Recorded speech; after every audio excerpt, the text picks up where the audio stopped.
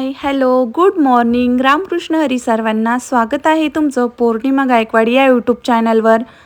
आम्ही आलो आहोत गोव्यामध्ये। बुधवारी आम्ही रात्री ट्रॅव्हल्सनी स्लीपरनी गोव्यामध्ये आलो।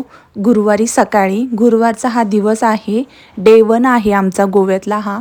आम्ही मापुसावरून लोकल बसनी कलंगूटला निघालो आहोत। चला तर मग गोवा एक्सप्लोर करूयात। व्हिडिओला सुरुवात करण्याआधी तुम्ही माझ्या चॅनलवर जर नवीन असाल तर लाईक करा, शेअर करा आणि हो सबस्क्राईब करायला विसरू नका। आत्ता आम्ही कलंगूटमध्ये उतरलो आहोत। तर बस स्टॉपच्या समोरच अगदी जे शॉप आहे त्या शॉपमधूनच आम्ही रूम बुक केली आहे आणि तिथूनच आम्ही रेंटनी बाईक घेतली आहे। तर त्या बाईकचा व्हिडिओ काढत आहे।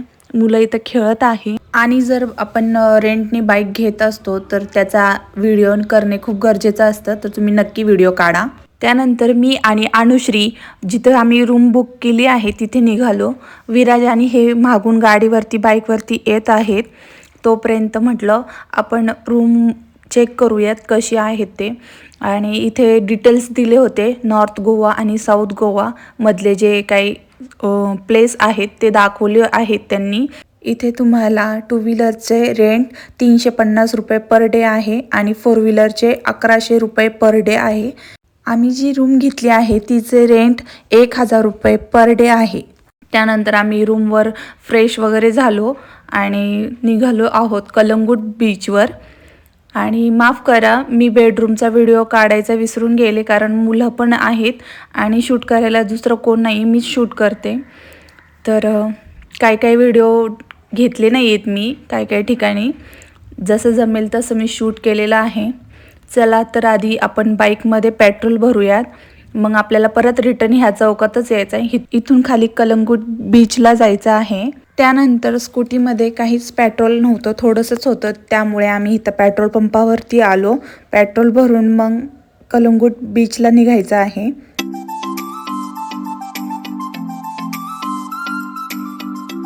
स्कूटीमध्ये पेट्रोल भरल्यानंतर त्यानंतर आम्ही सर्वेश कॅफेमध्ये आलो। इथे तुम्हाला veg non veg food available आहे। तर चला आपण नाश्ता करून घेऊयात। तर आम्ही नाश्त्याची ऑर्डर दिलेली आहे। इथे खरोखरच खूप छान नाश्ता मिळतो, तुम्ही नक्की गेलात तर तिथे नाश्ता जरूर करा। त्यानंतर आम्ही निघालो कलंगूट बीचवरती। बीचवर जातानाच तुम्हाला खूप शॉप भेटतील शॉपिंग करण्यासाठी, तर तुम्ही तिथून शॉपिंगसुद्धा करू शकता किंवा तुम्ही इवन काही ड्रेस कॉस्ट्यूम आणला नसेल भिजण्यासाठी तर तिथे अवेलेबल आहेत, तर तुम्ही तिथून घेऊ शकता।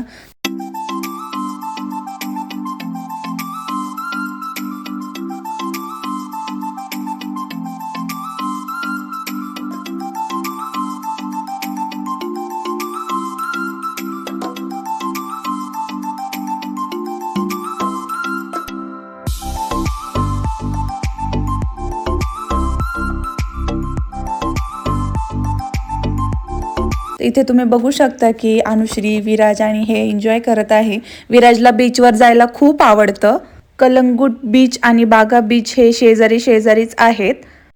मीही भिजली होते आणि त्यामुळे शूट काही केलं नाही। आम्ही रूमवरती जाऊन आंघोळ वगैरे करून फ्रेश होऊन चांगले तयार होऊन आलो आणि इथं डायरेक्ट भूक खूप लागली होती, डायरेक्ट हॉटेलमध्येच आलो। इथे आम्ही बिर्याणी ऑर्डर केली होती, चिकन बिर्याणी। ती मस्त आम्ही खाल्ली आणि खूप एन्जॉय केली आणि खूप छान टेस्ट खूप छान होती। त्या हॉटेलचं नाव हैदराबादी बिर्याणी असं होतं। त्यानंतर आम्ही आलो लोअर अगोदा फोर्ट कॅन्डोलिम येथे। तिथलं हे दृश्य खूपच अप्रतिम होतं, मला खूप आवडली ही जागा। आणि आम्ही मावळत्या वेळेस आलो होतो, सूर्य मावळतानाच, सो खूप भारी वाटलं। इथला सनसेट पाहिला तर मला खूपच आवडलेलं आणि इथलाही बीच खूपच सुंदर आहे। इथे तुम्ही खाली बीचला पण जाऊ शकता, तिथं पायऱ्या आहेत आणि खूप सुंदर हा बीच आहे, तुम्ही बघू शकता। मला खूप आवडला। आणि गोवामध्ये जर तुम्ही फिरायला गेलात तर तुम्ही लिस्ट करून जा, तुम्हाला कोणत्या स्पॉट बघायचे त्याची लिस्ट करा आणि मगच गोवा फिरायला जावा।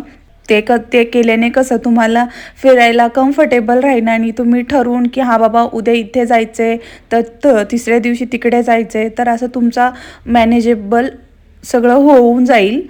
तर इथे तुम्हाला दिसत असेल की सनसेट किती सुंदर असा दिसत आहे आणि इथे आल्यावर खूप शांत आणि निवांत वाटतं. खूपच भारी, खूपच सुंदर वाटत होतं मला इथे आल्यावरती. तुम्ही बघू शकता ह्या समुद्राच्या लाटा त्या अलगत त्या दगडांना अशा धडकत होत्या ना, तर तेही खूप सुंदर वाटत होतं. आणि पुढे काही बोटी राईड्स करत होत्या.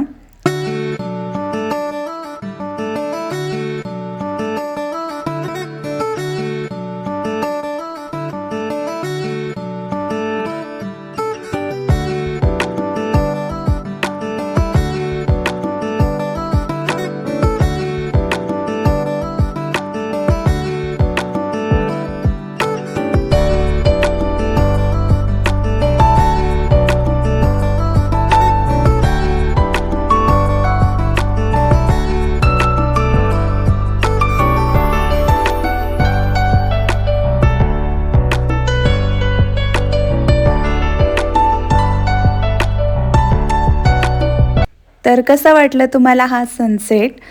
आता निघूयात आपण इथून. आणि निघाल्यानंतर आम्हाला जायच्यात हा चहाचा स्टॉल दिसला.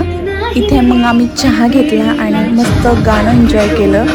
त्यानंतर मग आम्ही संध्याकाळी रूमवरती जाऊन थोडंसं परत पुन्हा फ्रेश झालो आणि रात्री आम्ही आलो बागा बीचवरती. रात्रीचं काहीसं बीच असं दिसतं तुम्हाला. सगळीकडे लाइटिंग, सॉन्ग, म्युझिक, डान्स सगळं चालू असतं.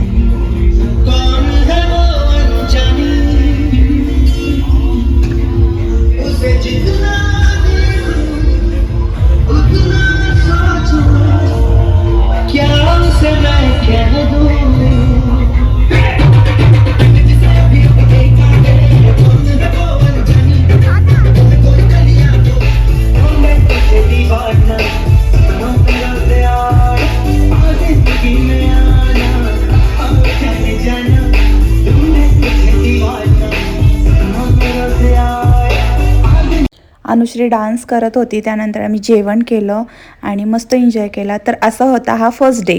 दुसऱ्या दिवशी गोव्यातला हा आमचा दुसरा दिवस, शुक्रवार. तर आता आम्ही आलेलो आहोत चपोरा फोर्ट.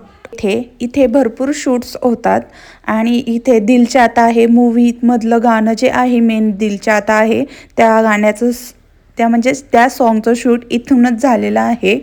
सो चला बघूयात. हे आहे फोर्टच्या इथलं बाहेरचं दृश्य आणि आतमध्ये असं काहीसं आहे. एकदम साधा आहे, काहीच नाही आतमध्ये, फक्त तट आहेत. पण सीन आणि सनसेट पाहायचं जर असेल तुम्हाला इथून तर खूपच छान आहे. इथे ना गोव्यामध्ये कोणत्याही दिशेला कोणत्याही कोपऱ्यात जा, सनसेट खूपच छान दिसतो. कारण सगळीकडनं समुद्रच आहे, त्यामुळे प्रत्येक ठिकाणाहून तुम्ही सनसेट हा अगदी एन्जॉय करू शकता. हे ठिकाण आहे जिथे दिल चाहता है हे सॉन्ग शूट झालेलं आहे. ह्या तटांवरतीच आमिर खान, सैफ अली खान, आणखीन काही हिरो आहेत त्यांचं शूट झालेलं आहे. त्यानंतर आम्ही आलो फरा रोडला. तर इथेही आम्ही मस्त फोटोशूट केलं आणि रील्स काढल्या. इथेही खूप छान वाटतं.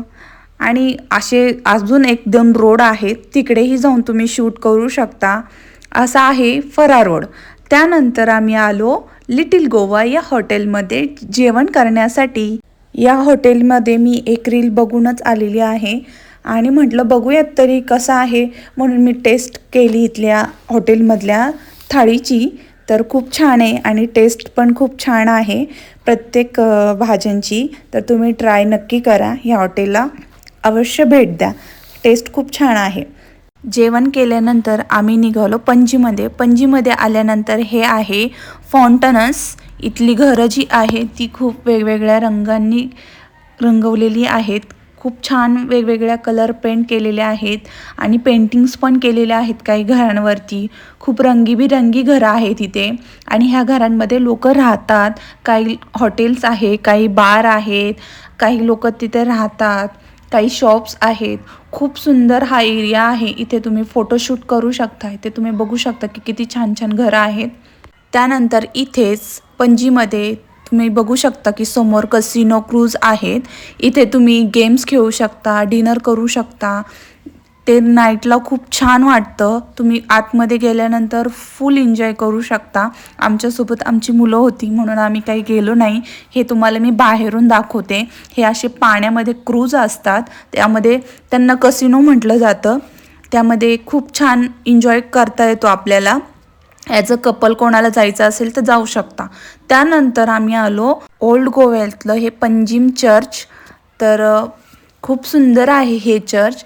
हे चर्च बंद होतं काय माहिती, का इतर वेळी ही बंद असतं हे माहीत नाही, पण बंद होतं. आम्ही गेलो तिथं, फोटो वगैरे काढले आणि खूप छान वाटत होतं. हे चर्च खूप सुंदर आहे.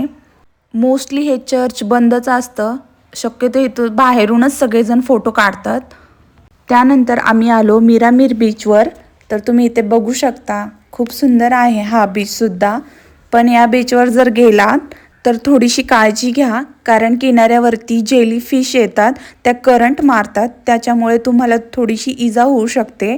तर आम्ही इथे तिकीट काढलं होतं. या बीचवरती तुम्ही मिनी जहाजने तुम्ही डॉल्फिन बघायला जाऊ शकता. खूप छान वाटतं. या मिनी जहाजमध्ये तुम्हाला गाणे लावून डान्स करायला पण एन्जॉय केला जातो आणि खूप छान वाटतं. चला तर आता डॉल्फिन बघायला जाऊयात. आणि हो, या जहाजेचं तिकीट आहे 350 रुपये.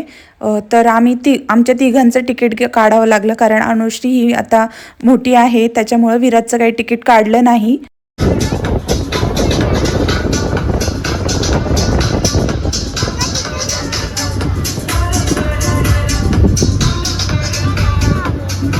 त्यानंतर आम्ही आलो सायंकाळी 5 वाजता इथंच सीशेल बीचवर. तर हिडन बीच आहे हे. थोडंसं रोडवरून आपल्याला चालत यावं लागतं खाली. तर इथे बघू शकता की खूप सुंदर हा बीच आहे. तुम्हाला मी दाखवतेच खाली गेल्यानंतर. आधी आम्ही उतरतो.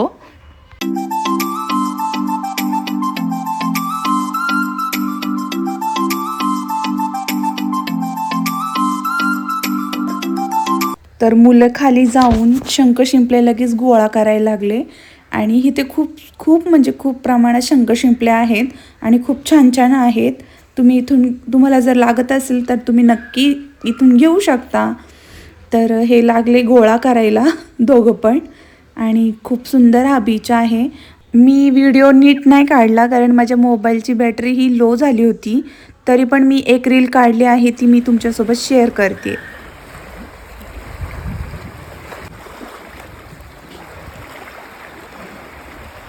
त्यानंतर आम्ही ओल्ड गोव्यामधील basilica of Bom Jesus church हे पाहण्यासाठी गेलो. पण आम्हाला खूप उशीर झाला होता. ते 6 चालू असतं, पण 6 नंतर ते बंद होतं. आणि महत्त्वाचं म्हणजे 450 वर्ष जुनी सेंट फ्रान्स एक्सवियरची बॉडी तिथे आत्ता काढलेली आहे. ती 10 वर्षानंतर तिथं फंक्शन असतात.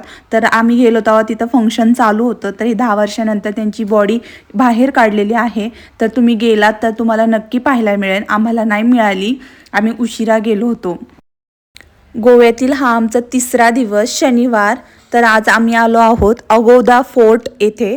इथे तुम्हाला तिकीट काढावे लागते. प्रति व्यक्ती 25 रुपये तिकीट आहे. इथे आता आम्ही तिकीट दाखवून आतमध्येच निघालो आहोत.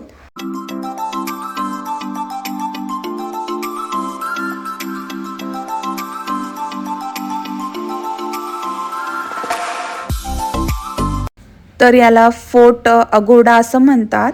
इथे तुम्हाला लाईट हाऊस पाहायला मिळेल आणि छान आहे. छोटासा किल्ला आहे, पण मोठा आहे, पसरट आहे असा आणि खूप सुंदर आहे. चला तर तुम्हाला मी आतलं दृश्य दाखवते. हा किल्ला असा वरती आहे आणि याच्या पायथ्याशीच, म्हणजे समुद्राच्या तिकडे खाली पायथ्याशी जेल आहे, सेंट्रल जेल गोव्याचं जुनं ओल्ड. तर ते आम्ही पाहायला जाणार होतो, पण नाही गेलो आम्ही. तर चला आधी फोर्ट पाहूयात. माझ्याकडे एक फोटो काढलेला आहे, तो मी तुम्हाला दाखवते, कारण आम्ही बोटेत गेलतो ना तेव्हा मी फोटो काढलेला आहे. तर तो मी दाखवते तुम्हाला. इथे जे कोपऱ्यात दिसत आहे व्हाईट कलरचं, तर ते सेंट्रल जेल आहे. त्याच्याच वरती लाईट हाऊस आहे.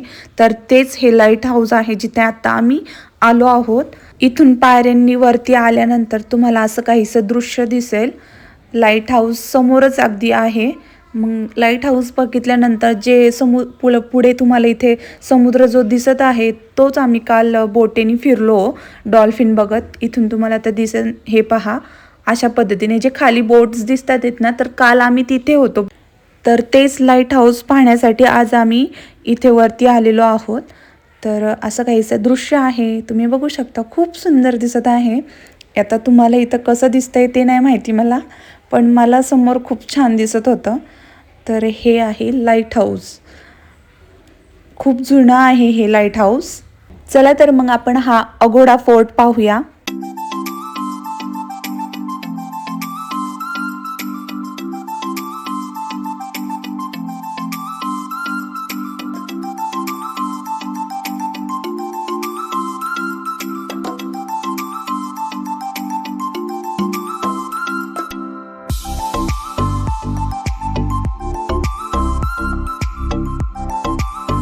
तर असा काहीसा आहे हा अगोडा फोर्ट.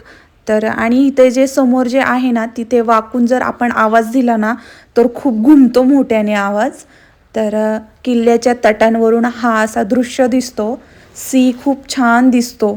अगोडा फोर्ट पाहिल्यानंतर आम्ही गेलो जेवण करण्यासाठी त्याच हॉटेलला लिटिल गोवामध्ये. जेवण झाल्यानंतर आम्ही लगेचच पुण्याला निघालो. आम्हाला मापुसामधून 4 वाजताची ट्रॅव्हल्स होती, ती आम्हाला घ्यायची होती. त्यामुळे आम्ही तिसऱ्या दिवशी फक्त अगोडा फोर्ट एन्जॉय केला. तर अशी झाली आमची 3 दिवसाची गोवा ट्रिप.